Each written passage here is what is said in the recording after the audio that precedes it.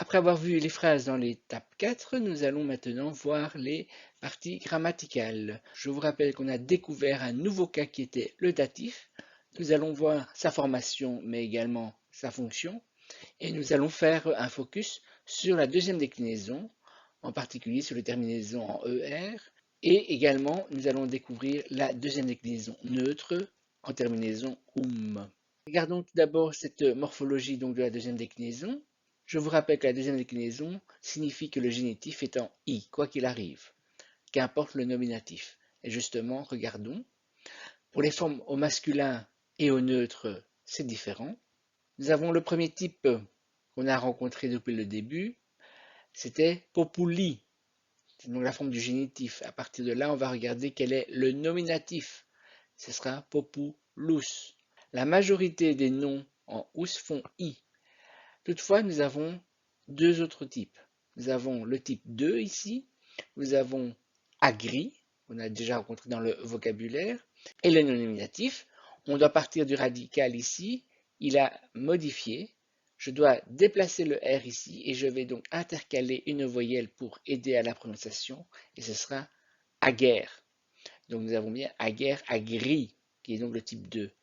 C'est différent du type 3 puisque dans le type 3, notre génitif c'est pueri, et cette fois-ci, le R fait partie du radical au nominatif. Nous avons puer, pueri. Pour résumer, nous avons toutes les terminaisons ous qui font i. Nous avons ici deux possibilités pour les formes en ER. Ça fera ri, comme aguerre, agri, liber, libri, mais puer, ça va rester eri, puer, pueri. Pour les formes du neutre, nous n'avons qu'une seule forme. Nous avons rencontré dans le vocabulaire verbi. Son nominatif, c'est tout simplement verbum. Donc tout ce qui est fait i. Maintenant, regardons le nouveau cas que nous avons étudié, qui est le datif. Reprenons les formes que nous connaissons déjà précédemment. Ici, donc, pour la première déclinaison, quelle est la forme du datif? Ce sera flammai. Et au pluriel, ce sera flammis. Donc, ne pas confondre ici le datif pluriel et l'ablatif pluriel. Pour la deuxième déclinaison, avec populus, regardons la forme du datif, ce sera populo. Donc, à nouveau, il ne faudra pas confondre avec l'ablatif. Et ici, au pluriel, ce sera populis. Pour la deuxième déclinaison, nous pouvons donc maintenant conjuguer les trois types que nous avons rencontrés. Le premier type qui était en ous-i, regardons ce que ça fait.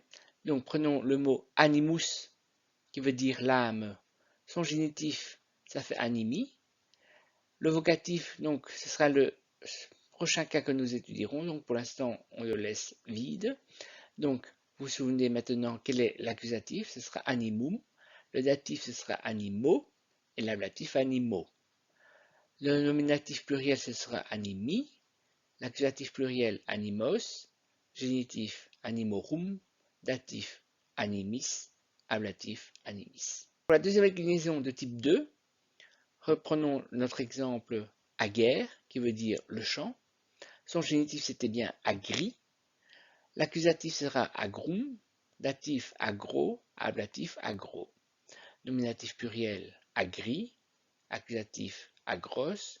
Génitif, agrorum. Datif, agris. Ablatif, agris. Pour le type 3, nous avons pris puer, qui veut dire l'enfant.